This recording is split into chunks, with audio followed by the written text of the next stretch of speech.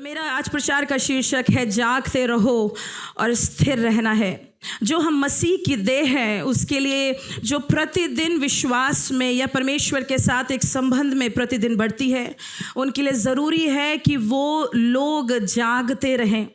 अब आप मुझसे ये बोलेंगे पास्टर सिस्टर आप बोलती हैं जागते रहें, तो सोना भी तो है, सोना भी तो ज़रूरी होता है। आजकल बोलने लग गए हैं अगर आपकी आधी स्वास्थ्य आपका ठीक होना है 7-8 घंटे 9 घंटे सो जाओ, आधा स्वास्थ्य ठीक हो जाएगा। आजकल ये सुनने को आपको मिलेगा। अगर आप लोग अपने हेल्थ जो केयर टेकर्स होते हैं उनसे पूछे तो वो बोलेंगे आप 7-8 घंटा सो जाओ, आधी बीमारी ख़त्म है।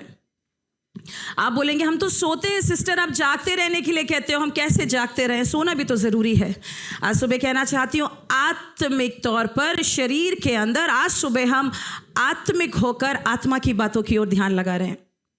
हम पूरे हफ्ते दुनिया में रहते हैं, बहुत से दुनिया के काम करते हैं, शरीर की बातों पे मन लगाते हैं, शरीर की बातों के बारे में बातें करते हैं, सोचते भी उनके बारे में हैं।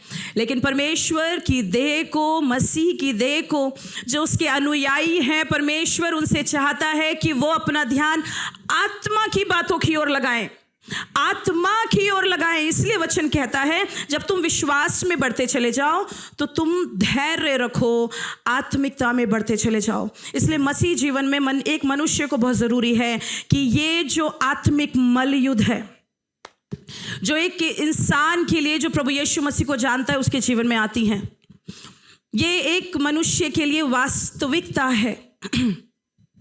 आप ये नहीं सोच सकते कि मैं जो हूँ मैं विश्वासी हूँ, मैं दशवांश देता हूँ, मैं तो उपवास करता हूँ, मैं तो वचन भी पढ़ता हूँ, मेरे घर में तो प्रार्थना सभा भी होती है, मैं तो कलीसिया में आके आराधना भी करता हूँ, तो ये आत्मिक मलयुद्ध का मुझसे कोई काम नहीं। हम ये नहीं बोल सकते हैं, कलीसिया मिलकर हम ऐसा नहीं बोल सकते हैं।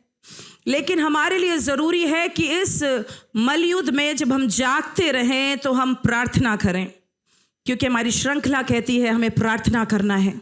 जब हम जागते रहना है हमें उपवास भी करना है, क्योंकि हमें आत्मा में जागरूक रहना है। आप समझ रहे हैं?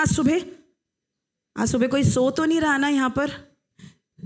ठीक है, सब लोग जागे हुए हैं, बहुत अच्छा है। हमें आत्मा में जागना है, इसलिए प्रार्थना उपवास के बिना अधूरी है, उपवास प्रार्थना के बिना अधूरा है। जितना ज़रूरी प्रार्थना है उतना ज़रूरी उपवास है कलीसिया। जब हम प्रार्थना करते हैं तो मैं ये नहीं कह रही हूँ कि प्रार्थना परमेश्वर सुनेगा नहीं, प्रार्थना परमेश्वर सुनेगा।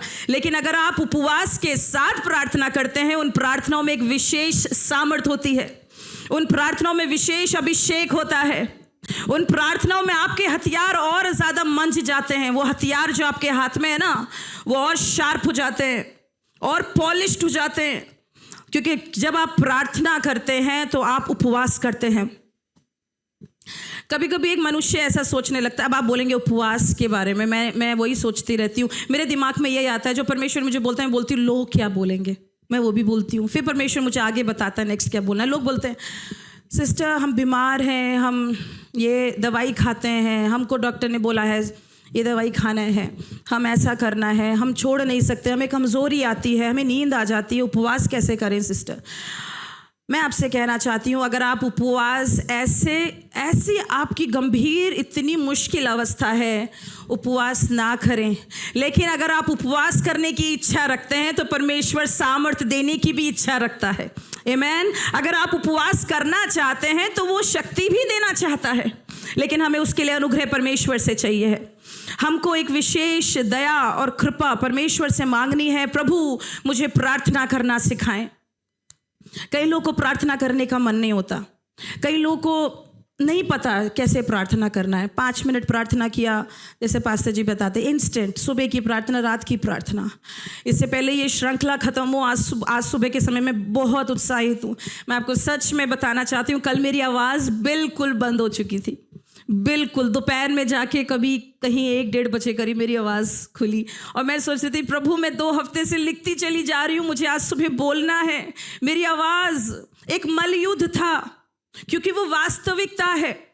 एक विश्वासी के जीवन में, एक मसीह के जीवन में आत्मिक मलयुद्ध एक वास्तविकता है, आप उससे छुपे नहीं हैं। अगर एक छोटा बच्चा अपने आप को चादर में छुपा लेता है, सोचता है सामने वाला उसे देख नहीं रहा, देखा है अपने छोटे बच्चों को, वो पर्दे के पीछे जाके छुप जाते हैं और उन्हें लग रहा है पीछे से कोई देख ही नहीं रहा। वो इतने छोटे नादान से होते हैं, वो सोचते हैं हम इतने बड़े होकर हम देख ही नहीं पा रहे हैं उन्हें। कई बार विश्वासी लोग ऐसे ही सोचते हैं अपने बारे में, अपने आप को चादर में छुपा लेते हैं, सोचते हैं दुनिया में कोई देख नहीं रहा है। लेकिन मैं बताना चाहती हूँ, दुनिया में ऐसी शक्तियां हैं, ऐसी प्रधानताएं हैं, ऐसे अधिकार हैं, अधोलोक की शक्तियां हैं जो हमको देखती रहती हैं, ताक पे हैं कि वो हमको कब फाड़ खाए। उन वचनों को आपके सामने जल्दी जल्दी आगे रखूंगी, लेकिन जैसे परमेश्वर अगुवाई करेगा वैसे बोलना चाहती हूँ। पास्टर दीबो ने सबसे पहला प्रचार किया कि हमको प्रार्थना में लगातार बढ़ते रहना, पूरे लगन से प्रार्थना करने के बारे में उन्होंने बताया। जब हम लगन से प्रार्थना करते हैं तो परमेश्वर के लोगों के जीवन में परमेश्वर ने कैसे कार्य किए, कैसे परमेश्वर ने उन्हें विजय दिलाई, कैसे परमेश्वर ने उनके प्रार्थनाओं का उत्तर दिया, कैसे परमेश्वर ने उनके लिए वो विपरीत परिस्थितियों को उनके ओर कर दिया, कैसे परमेश्वर ने उनको युद्ध की अवस्था में जब वो जंग लड़ रहे थे परमेश्वर ने उन्हें विजय दिलाई। आज सुबह हम आत्मिक जंग की बात कर रहे हैं, आज सुबह हम एक आत्मिक कुश्ती की बात कर रहे हैं। एक ऐसी लड़ाई है, एक ऐसा युद्ध है जिससे हम अनजान नहीं रह सकते मित्रों, जिसके बारे में हमें बहुत ज़्यादा समझना बहुत हम ही को नहीं, लेकिन हर एक व्यक्ति जो कहता है मैं यीशु के द्वारा बुलाया गया हूँ, आई एम बॉर्न अगेन, मैं दोबारा एक बार फिर से प्रभु यीशु मसीह के द्वारा खरीद लिया गया हूँ, या उसमें उत्पन्न हुआ हूँ, या हम ये कहलाते हैं कि हम उसके सेवक हैं, हम उसके दास हैं और दासियाँ हैं, हम उसके बच्चे हैं। अगर हम ये कहने का दावा करते हैं तो मैं आपसे कहना चाहती हूं, एक आत्मिक मल युद्ध है जो हम हर सब विश्वासियों के लिए है। दूसरा प्रचार पास्टर आमीन ने किया था और उन्होंने ये बताया कि हमको कैसे प्रार्थना करने की इच्छा रखना है। मैं भी आपसे यही कह रही थी कि विश्वासी लोग प्रार्थना करना नहीं चाहते, या उनको लंबा समय प्रार्थना करना बहुत मुश्किल हो जाता है, या जब उनके जीवन में कोई अवस्था ऐसी आती है तभी वो प्रार्थना कर पाते हैं, या बड़ा खुशी का एक अवसर है तो वो परमेश्वर को धन्यवाद की प्रार्थना तब चढ़ाते हैं। लेकिन प्रार्थना एक कोई पहाड़ नहीं है, प्रार्थना कोई एक बहुत बड़ा ऐसा नहीं है कि अरे प्रार्थना, ओहो आज उपवास प्रार्थना, पास्टर जी बोल रहे हैं आने वाले हफ्ते में होल नाइट प्रेयर है, कैसे होगी ये, मैं तो 1 घंटा भी बैठ नहीं पाऊंगा, कैसे होगा, मेरा तो खाना भी छूट जाएगा। समझ रहे हैं आप, हम लोग प्रार्थना को ऐसे सोचते हैं कि एक बहुत ही एक कठिन चीज़ है हमारे लिए। लेकिन साधारण रूप में पिछले दिनों में पास्टर आमीन, पास्टर अदीब आपको बता रहे थे, प्रार्थना करना परमेश्वर से बातें करना है, प्रार्थना करना उसके साथ एक संबंध है। प्रार्थना एक रिचुअल नहीं है, एक रिलेशनशिप है जो हमारा प्रभु यीशु मसीह के साथ होता है। इसलिए इस चीज़ को समझ लें आज सुबह। अगर हमने अभी तक प्रार्थना करना नहीं सीखा तो आज सुबह कहना चाहती हूँ, उसको प्रार्थना का नाम ना देकर ऐसे बोलना शुरू करें, मैंने आज से परमेश्वर से व्यक्तिगत बातें करना शुरू कर दिया है, मैंने आज से परमेश्वर के साथ व्यक्तिगत समय देना शुरू कर दिया है। आपको पता है कम्युनिकेशन गैप जिससे आप प्रेम करते हैं जब हो जाए तो कितना कठिन हो जाता है। अगर आप अपने माता पिता से, अपने भाई बहन से, आपका पति पूरे दिन भर के लिए नहीं है, आपकी पत्नी पूरे दिन के भर के लिए बाहर है, आपके बच्चे दूर आपसे पढ़ते हैं और आप बात नहीं कर पा रहे हैं, कॉल नहीं लग रही, कितना कठिन हो जाता है। नकारात्मक ख्याल आने लगते हैं, क्या मेरे साथ ही होता है, आपके साथ होता है, ये मनुष्य है, हम मनुष्य हैं, हमारे साथ होता है। और जब हम जिससे प्रेम करते हैं उसके साथ अगर हमारा कम्युनिकेशन टूट जाता है, मैं बता रही हूँ आपको, इतना कठिन है। अगर आप प्रभु यीशु मसीह से प्रेम करते हैं, आपका कम्युनिकेशन गैप नहीं हो सकता, आपके वार्तालाप के बीच में कोई बाधा आ ही नहीं सकती है, क्योंकि आप उससे बात करने की इच्छा रखते हैं। आज सुबह आपको चुनौती देना चाहती हूँ, अपने दिल से पूछे, मैं कितना परमेश्वर से प्रेम करता हूँ। परमेश्वर ने तो मेरे लिए ये करा है, परमेश्वर ने तो मुझे ये आशीष दी है, जब मैंने उससे मांगा उसने दे दिया, जब मैंने उसको पुकारा उसने सुन लिया, मेरे लिए हमेशा वो कार्यों को करता है, उसने मुझे आशीषों और बरकतों से परिपूर्ण किया है, अपनी प्रतिज्ञा और आशीषों को देकर मेरे जीवन को प्रतिदिन चलाता है। अगर आप इतनी आशीषें उससे पा चुके हो तो आपका संबंध उसके साथ उतना ही गहरा होना है क्योंकि वो आपके लिए इतना कुछ करता है। इसलिए आपका जो संबंध उस यीशु के साथ है, अगर है तो, अगर आप उससे प्रेम करते हैं तो कम्युनिकेशन होना ज़रूरी है, बातचीत होना ज़रूरी है। नहीं तो एक बार अपने घर में अपने परिवार के साथ कर देखें कि आपका बच्चा आपसे दूर पड़ता है, आपकी पत्नी आपसे दूर है, बात नहीं करे, फ़ोन स्विच ऑफ करके छोड़ दीजिए। आपके हस्बैंड को आपकी ज़रूरत है, उन्हें आपसे कुछ बात ज़रूरी करनी है, आप स्विच ऑफ करके रख दो फ़ोन अपना। क्या होता है बाद में? डांट मिलती है खाने को ना, कि क्यों फ़ोन बंद करके रखा था, क्यों फ़ोन नहीं था तुम्हारा, क्यों आउट ऑफ कवरेज हो गया था। हम ऐसे बोलते हैं। वैसी परमेश्वर को हमसे एक लगन है कलीसिया। परमेश्वर हमसे प्रेम करता है, वो हमसे बातचीत करना चाहता है, वो अपने गहरे भेदों को प्रकट करना चाहता है। कितनी अद्भुत बात है। ये वचन आपके पास है और वो आपके पास ऐसे कुछ सीक्रेट बातों को बताना चाहता है जो उसने किसी और के ऊपर बताई नहीं है, रिवील ही नहीं करी है, वो आपके ऊपर रिवील करना चाहता है। कैसा लगेगा? इस समय युद्ध की अवस्था है जगह जगहों में, बहुत से देशों में, और कोई जो उसका जो मुख्य है वो आपको फ़ोन करके बोले कि ये वो चीज़ है, बस ये कारण से ऐसा ऐसा है। कैसा महसूस होगा आपको? या कोई ऐसी चीज़ है जिसके लिए सब लोग खोज कर रहे हैं, साइंटिस्ट भी परेशान है, मेडिकल साइंस परेशान है, लोग परेशान हैं, इंजीनियर्स भी दिमाग घुसा रहे हैं, टीचर्स भी घुसे हैं, प्रोफेसर्स भी घुसे हैं, लेकिन वो भेद किसी ने आकर आपको बता दिया, देखो ये है इसका भेद। कैसा लगेगा आपको? और फिर आप ये दावा करने लगे, मैं तुमको बताऊंगा ये है इसका भेद। मसीह जीवन में ऐसे ही है। कई ऐसी चीजें हैं जो इस संसार में हो रही हैं, उसके भेदों को परमेश्वर ने अपने लोगों के ऊपर प्रकट करने के लिए रखा है, लेकिन लोग समय ही नहीं देना चाहते उस परमेश्वर को, उसके साथ बैठना ही नहीं चाहते, उसकी सुनना ही नहीं चाहते, वचन उठाना ही नहीं चाहते, पढ़ना ही नहीं चाहते, इसलिए वो भेद प्रकट नहीं होते। आज सुबह इन आत्मिक मलयुद्ध के भेदों को प्रकट करने के लिए परमेश्वर ने हमें एक वचन दिया है, और ये एक वचन है, this is the only word that exist. और सारे शब्दों को आप सुनेंगे फेल हो जाएंगे, और सारे शब्द शायद सही नहीं बोला उसने, लेकिन परमेश्वर के वचन हाँ और आमीन के साथ पूरे होते हैं। वो कभी टलेंगे नहीं। वचन में लिखा है आकाश और पृथ्वी टल जाएगा, लेकिन प्रभु यीशु मसीह का वचन कभी नहीं टलेगा। मैं आपको क्या बताऊं, मुझे नहीं पता मेरी खांसी कैसे रुक गई। मैं इतनी देर से अपनी खांसी पे भी ध्यान दे रही हूँ। 15 मिनट हो चुके, मेरे मुंह में खांसी नहीं आई है और मेरी आवाज़ धीरे धीरे खुलती चली जा रही है। जब हम आत्मिक मलयुद्ध में होते हैं, 2 प्रकार के विश्वासी लोग होते हैं, 2 प्रकार के क्रिश्चियंस हैं।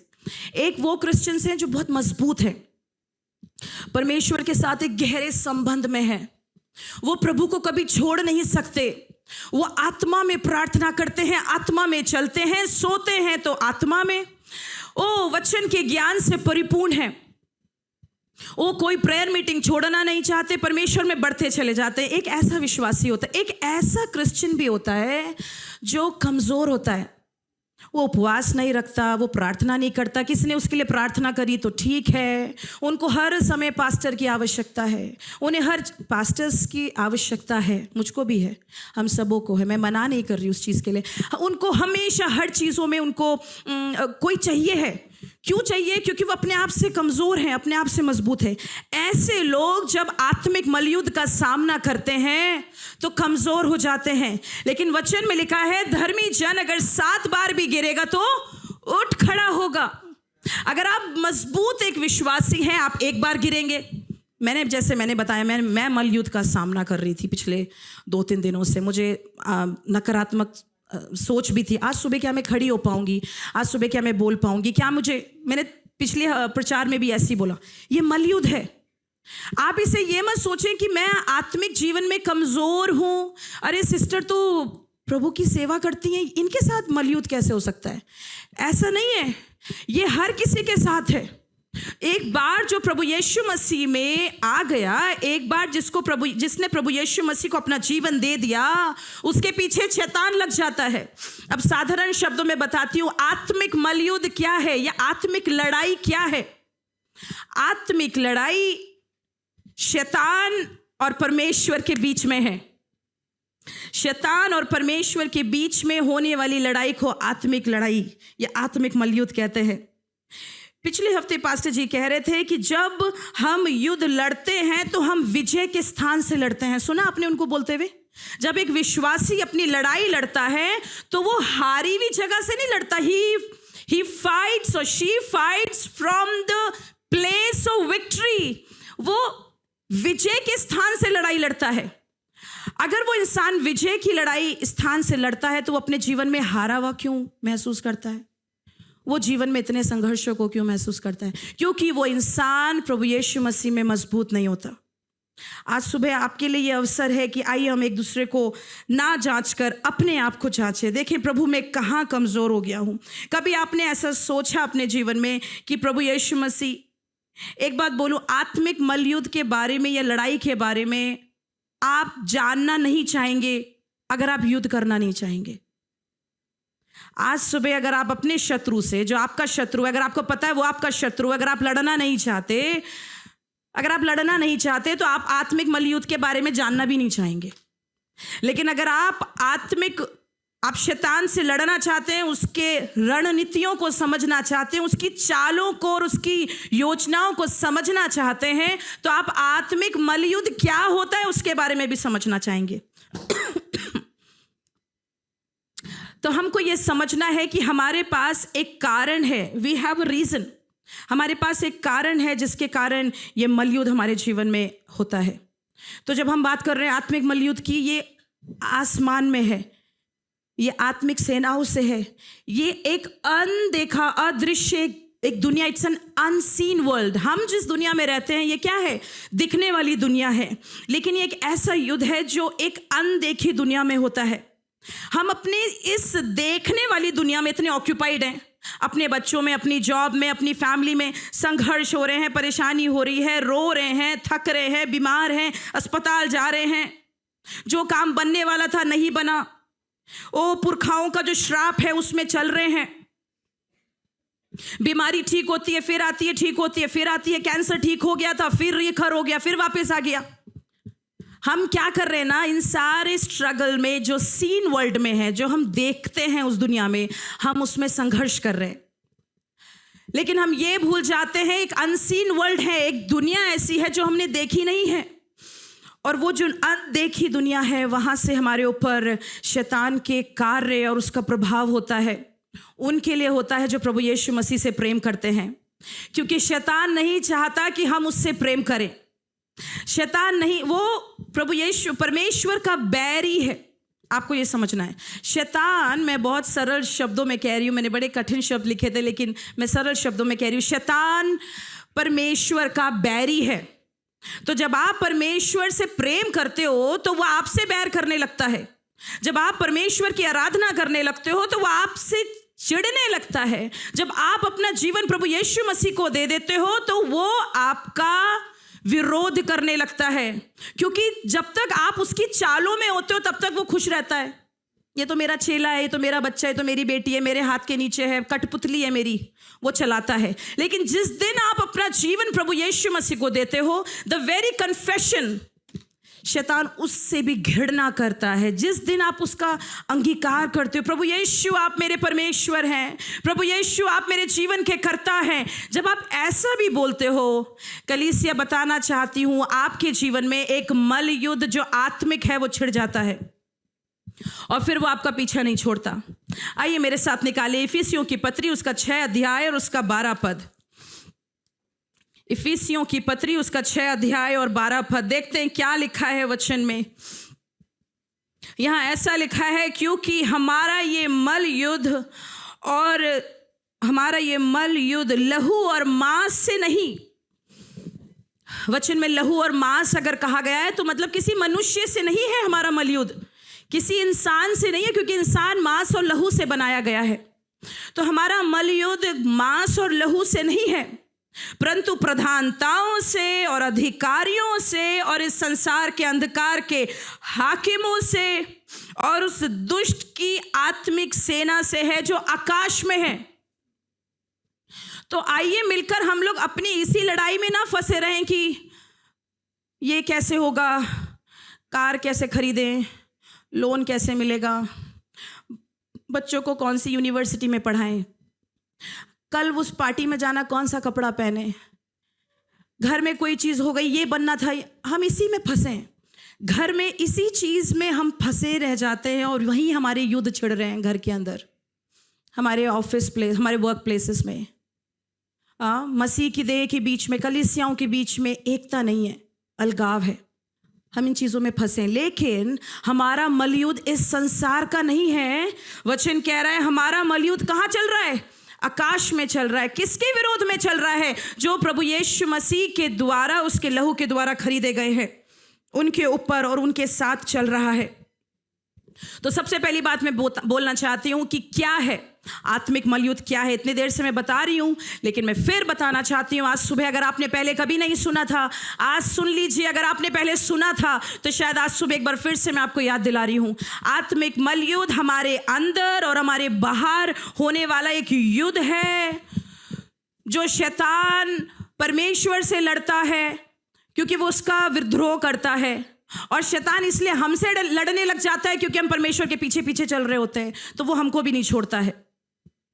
शैतान 3 प्रकार से आत्मिक युद्ध हमारे जीवन में लाता है। एक हमारे शरीर के ऊपर लाता है, हम शारीरिक रूप से उत्पीड़न सहने लगते हैं।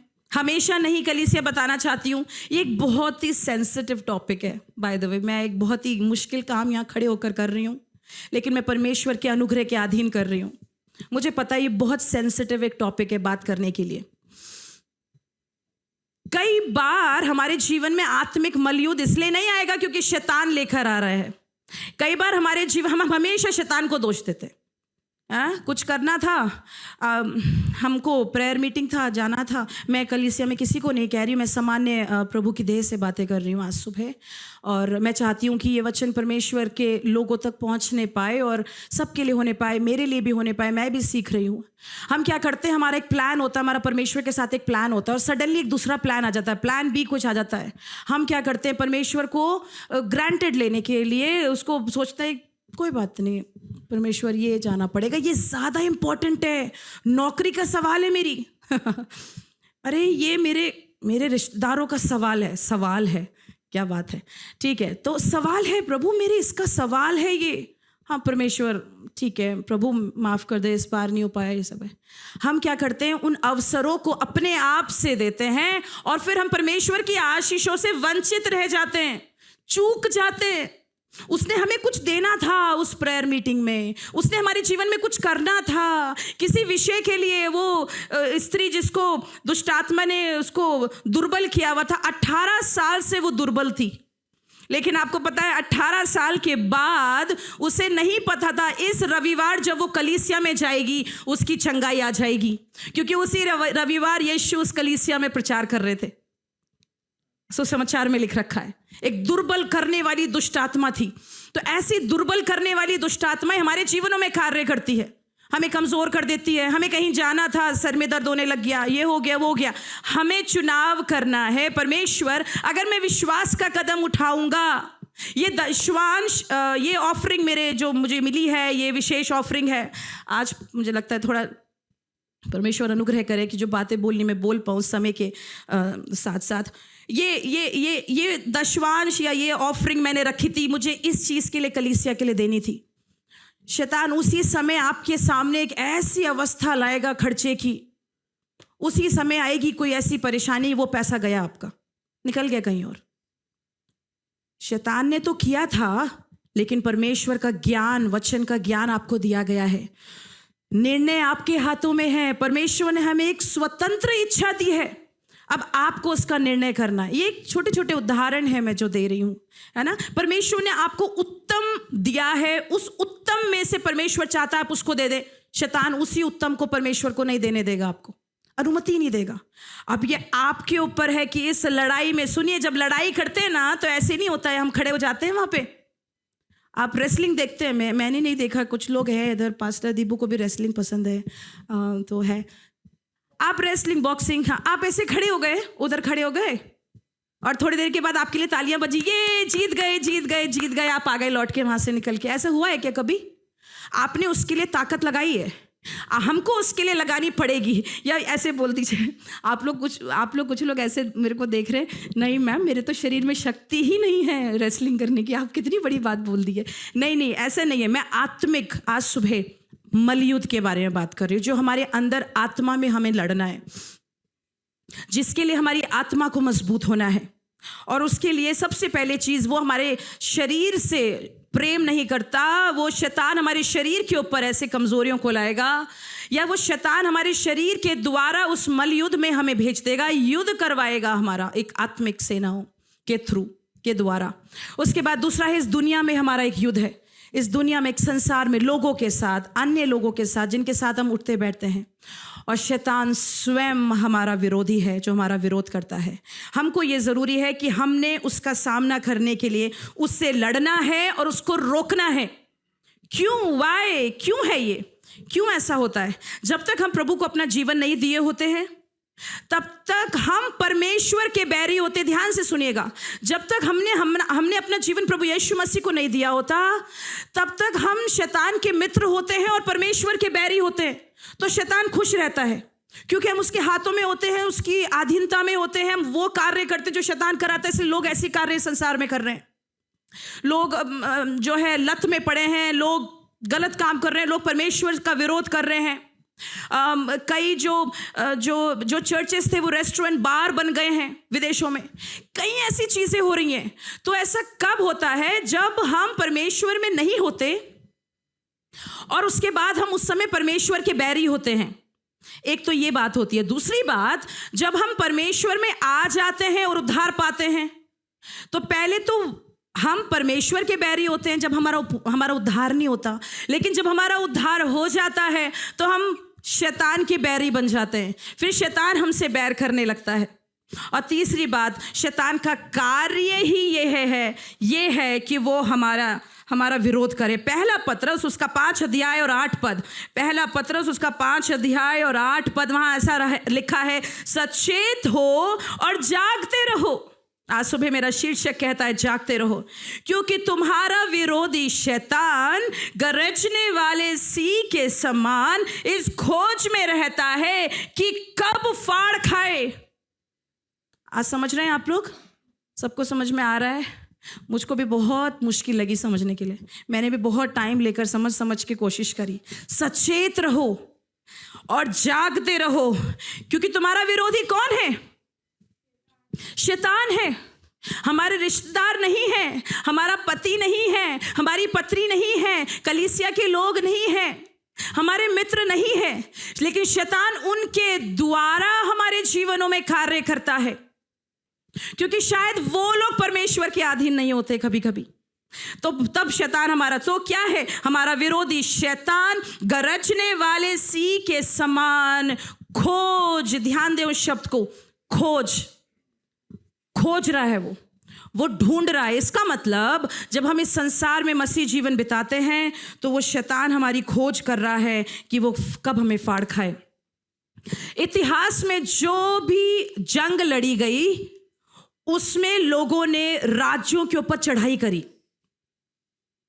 जब हम अपना मलयुद्ध या हमारी जंग जो परमेश्वर और शैतान के बीच में होती है, जब हम परमेश्वर में स्थिर नहीं होते या परमेश्वर में हम जागरूक नहीं होते, तो हम शैतान को अनुमति देते हैं कि वो हमारे ऊपर चढ़ाई कर ले, वो हमारी परिस्थितियों के ऊपर चढ़ाई कर ले, वो हमारे शरीर के ऊपर राज्य करे, वो हमारे धन संपत्ति के ऊपर, हमारे बच्चों के ऊपर, हमारी पीढ़ियों के ऊपर कार्य करे। वो आपके साथ सीमित नहीं है, वो आपकी पीढ़ियों को भी नाश करना चाहता है। हम ये सोच के बैठ जाते हैं मेरा बच्चा नहीं, आपके बच्चे से आने वाली पीढ़ी को वो खत्म करना चाहता है, क्योंकि वो नहीं चाहता आपकी पीढ़ी आशीष का कारण बने। इसलिए परमेश्वर ने हमारी सृष्टि करी है। आपको याद दिला दूं, अगर आप खो चुके हैं, आपको याद दिला दूं, परमेश्वर ने हमारी सृष्टि करी है कि हम परमेश्वर से प्रेम करें, परमेश्वर के लिए अपना जीवन जिए, परमेश्वर के मकसदों को पूरा करें, परमेश्वर के नाम को महिमा दें। और जब शैतान इन सबको आपके जीवन से देखता है तो वो किसी भी हालत में ये होना नहीं देना चाहता, क्योंकि वो परमेश्वर और परमेश्वर के लोगों का बैरी है। इसलिए अपने आप को बचाना है। आमीन। इसलिए आप सबको बचाना है अपने आप को। देखिए कितनी अच्छी बात है। आप में से कितने लोग ऐसा सोचते हैं हमको जानना नहीं है कि हमारा शत्रु कौन है? ऐसा कोई होता है क्या? हम जानना चाहते हैं ना। जो लोग युद्ध के लिए जाते हैं वो ऐसे ही नहीं चले जाते, ठीक है चलो चलते हैं, टांगा बैग, झोला टांगा, जूते पहने, चल दिए, युद्ध के लिए जा रहे हैं। No, there is a planning, there is a strategy, there is a tactic. एक तरीका है, एक नक्शा बना है उस चीज के लिए, एक प्लानिंग हुई है उसके पीछे।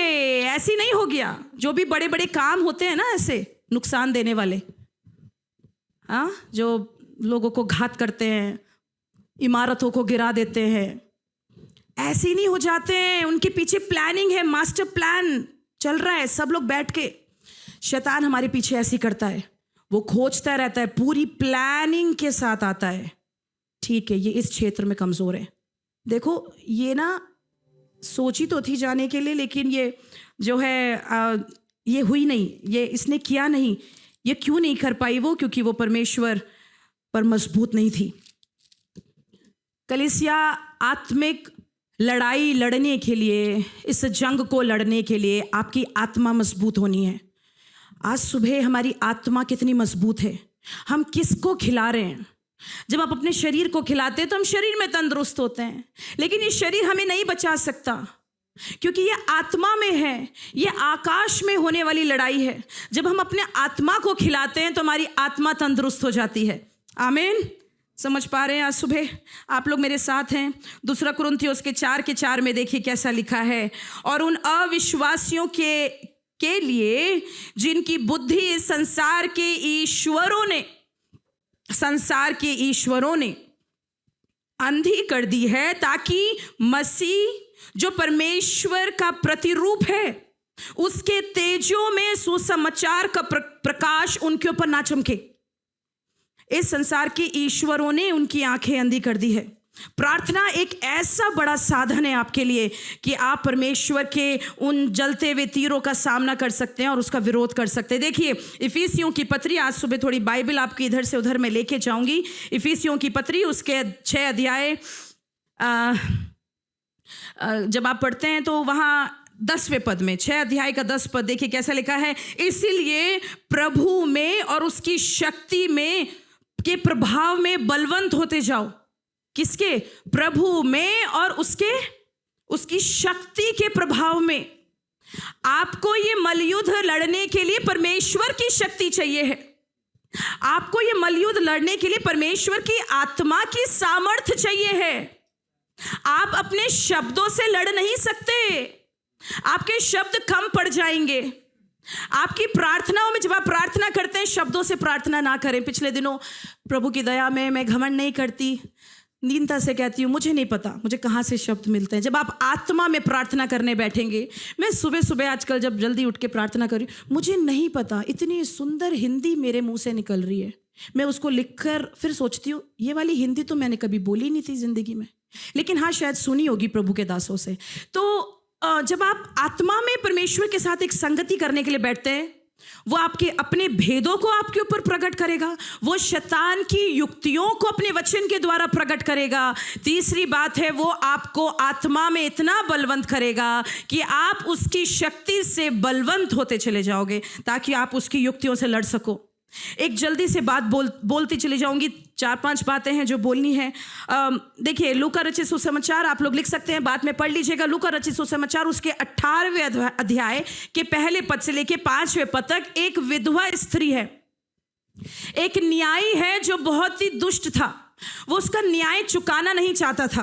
ये विधवा स्त्री बार बार अपना न्याय मांगने के लिए जाती थी, लेकिन ये इतना दुष्ट व्यक्ति था, ये उसका न्याय नहीं चुकाता था। वो एक मलयुद्ध, एक युद्ध की अवस्था में थी, जीवन में एक संघर्ष था उसके।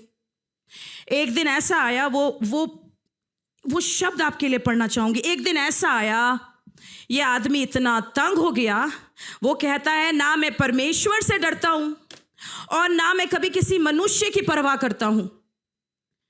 ये व्यक्ति जो इतना क्रूर है, ये कह रहा, ना तो मुझे परमेश्वर का डर है, देखिए कैसा क्रूर है, और ना मुझे किसी मनुष्य की परवाह है, लेकिन इस स्त्री का न्याय मैं चुकाऊंगा। अब अब क्यों चुकाऊंगा? क्योंकि ये घड़ी घड़ी आती रहती है और उसने मेरे नाक पे दम किया है और ये मुझे सताती रहती है। ये परमेश्वर ने मुझे प्रकाशन दिया, आपके सामने रखना चाहती हूं। जब आप परमेश्वर के होकर परमेश्वर की आत्मा की सामर्थ से शैतान के साथ युद्ध करते हैं, वो शैतान कितना भी क्रूर हो, वो कितना भी दुष्ट हो, उसको किसी की परवाह ना हो। लेकिन जब आप बार बार प्रार्थना में बने रहते हैं तो पता है क्या है, शैतान भी ऐसी बोलता है। इसने मुझे घड़ी घड़ी आकर, जब आप परमेश्वर के पास जाते रहते हो, प्रार्थना करते हो, शैतान कहता है कि उसको ऐसा हो गया है कि इसने सता दिया है मुझे, वो आपको छोड़ के चला जाता है। आमीन।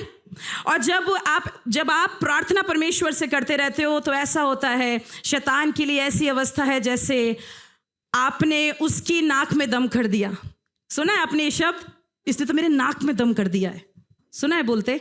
ऐसे ही है, जब आप परमेश्वर से प्रार्थना करना शुरू कर देते हो, परमेश्वर की ओर से सामर्थ पाकर आप शैतान की शक्तियों के ऊपर जब प्रबल होने लगते हो तो शैतान भी ऐसे कहता है, इसने तो मेरे नाक में दम कर दिया, मुझे तो अब जाना पड़ेगा।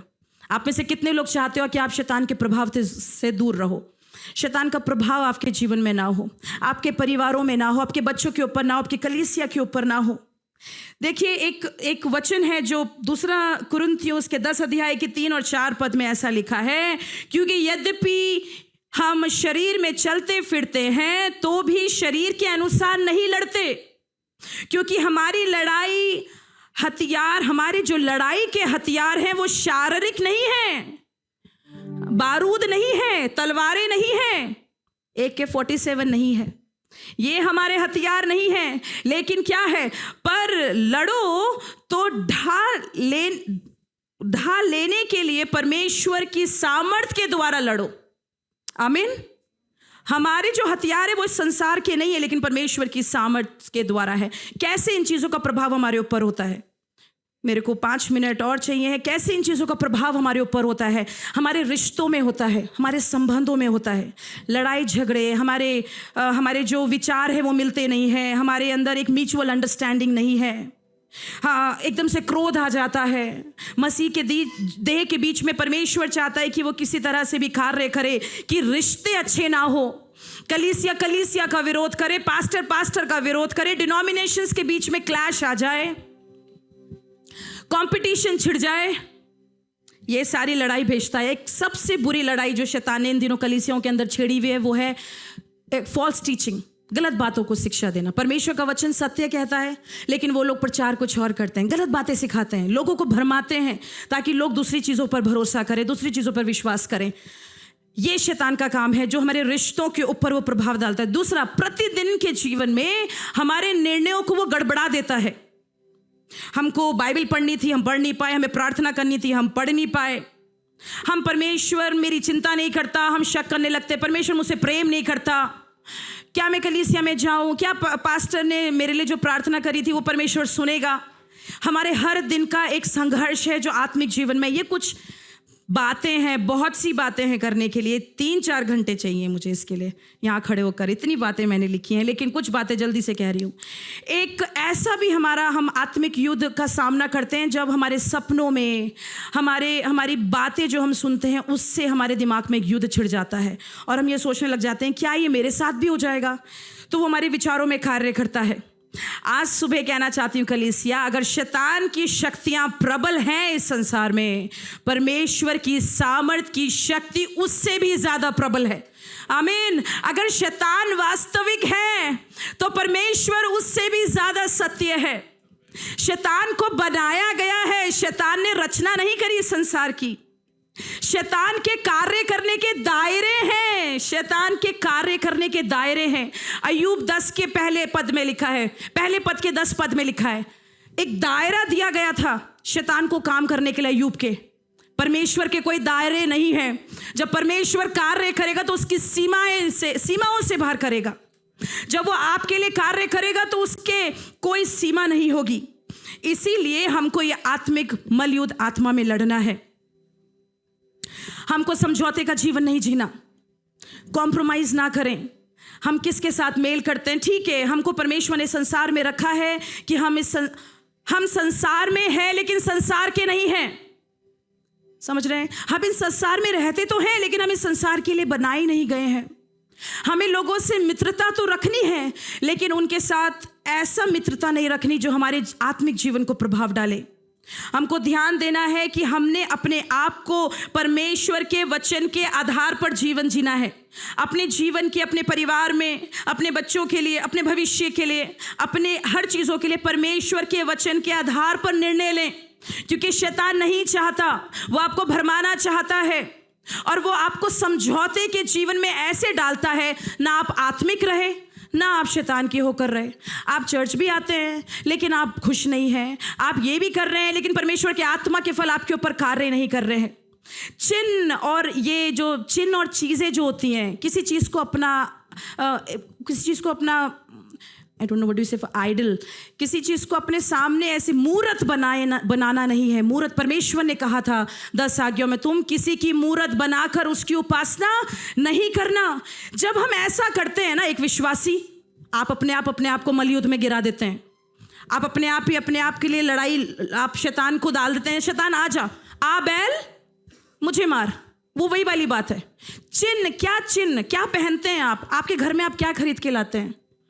आप क्या करते हैं? आप क्या चीज़ें हैं आपके पास? ध्यान से सचेत रहो और जागते रहो कि आप इन सब चीज़ों से बचे रहो। परमेश्वर के वचन पर विश्वास ना करना, ये सबसे बड़ी एक विश्वासी जीवन के लिए अपने आप को युद्ध में डालने की अवस्था है।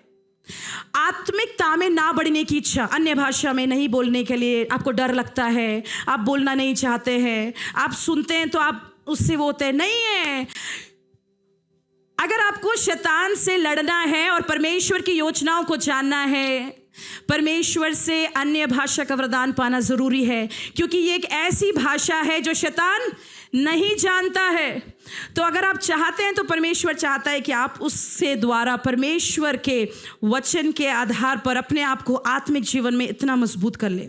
दूसरा कुरिन्थियों उसको 6 अध्याय के 14 पद में ऐसा लिखा है, अविश्वासियों के समान जुए में ना जुतो, क्योंकि धार्मिकता और अधर्म का मेल नहीं हो सकता और ना ज्योति और अंधकार का मेल हो सकता है। इसलिए हमको चाहिए है कि अगर हम ज्योति की संतान हैं, परमेश्वर ने हमको ज्योति की संतान होने के लिए बुलाया है। अगर हम ज्योति की संतान हैं तो हम अंधकार में अपना जीवन नहीं बिता सकते। हमको उससे दूर भागना है, हमको उसका सामना करना है। यीशु मसीह के बारे में एक अच्छी सी बात बोलूंगी, फिर इसके बाद हम आराधना करेंगे। यीशु मसीह गतसमनी में है, वचन में लिखा है वो बहुत पीड़ा में थे, बहुत वेदना थी उन्हें, बहुत संकट में थे। उनके आगे एक दुख रखा था, एक युद्ध की अवस्था थी, क्योंकि वो शरीर में थे। उस युद्ध की, उस लड़ाई की अवस्था में प्रभु यीशु मसीह गतसमनी में बैठे अपने पिता से 3 बार कहते हैं, हे पिता, ये कटोरा तू मेरे सामने से हटा दे, उसमें भी मेरी नहीं लेकिन तेरी इच्छा पूरी हो। फिर यीशु बाहर निकल कर आए, उन्होंने देखा चेले सो रहे हैं। यीशु ने बोला जागते रहो, कीप वॉच, जागते रहो, प्रार्थना करो। यीशु फिर अंदर गए, फिर संघर्ष, वचन में लिखा है वो संघर्ष कर रहे थे, पीड़ा थी उन्हें, एक बड़ी कठिनाई वाली दुख सहना था, एक क्रूस की मृत्यु थी।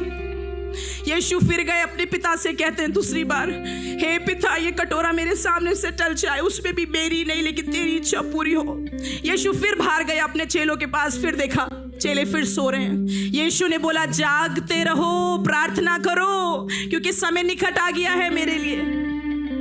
यीशु फिर तीसरी बार अंदर गए, यीशु फिर प्रार्थना करने लगे, फिर अपने पिता से कहते, हे पिता, ये दुख का कटोरा मेरे सामने से टल जाए, उसमें भी पिता मेरी नहीं लेकिन तेरी इच्छा पूरी हो। यहाँ आपको एक बड़ी सुंदर बात बताना चाहती हूँ, जो मुझे लगता है लूका रचित सुसमाचार में है, अभी समय नहीं है लेकिन बताना चाहती हूँ। वहाँ इतनी सुंदर बात लिखी है जो आज सुबह आपको उत्साहित करेगी। वहां लिखा है, जब यीशु ने तीसरी बार ऐसा बोला तो स्वर्ग से स्वर्गदूत उतरा और यीशु को सामर्थ्य देता रहा। आज सुबह अगर आप युद्ध की अवस्था में हैं, वो यीशु आपके लिए स्वर्गदूत भेजेगा, वो आपको सामर्थ्य देगा कि आप इस युद्ध का सामना कर सको। यीशु ने बोला मैं अपनी कलीसिया बनाऊंगा और अधोलोक के फाटक उस पर प्रबल नहीं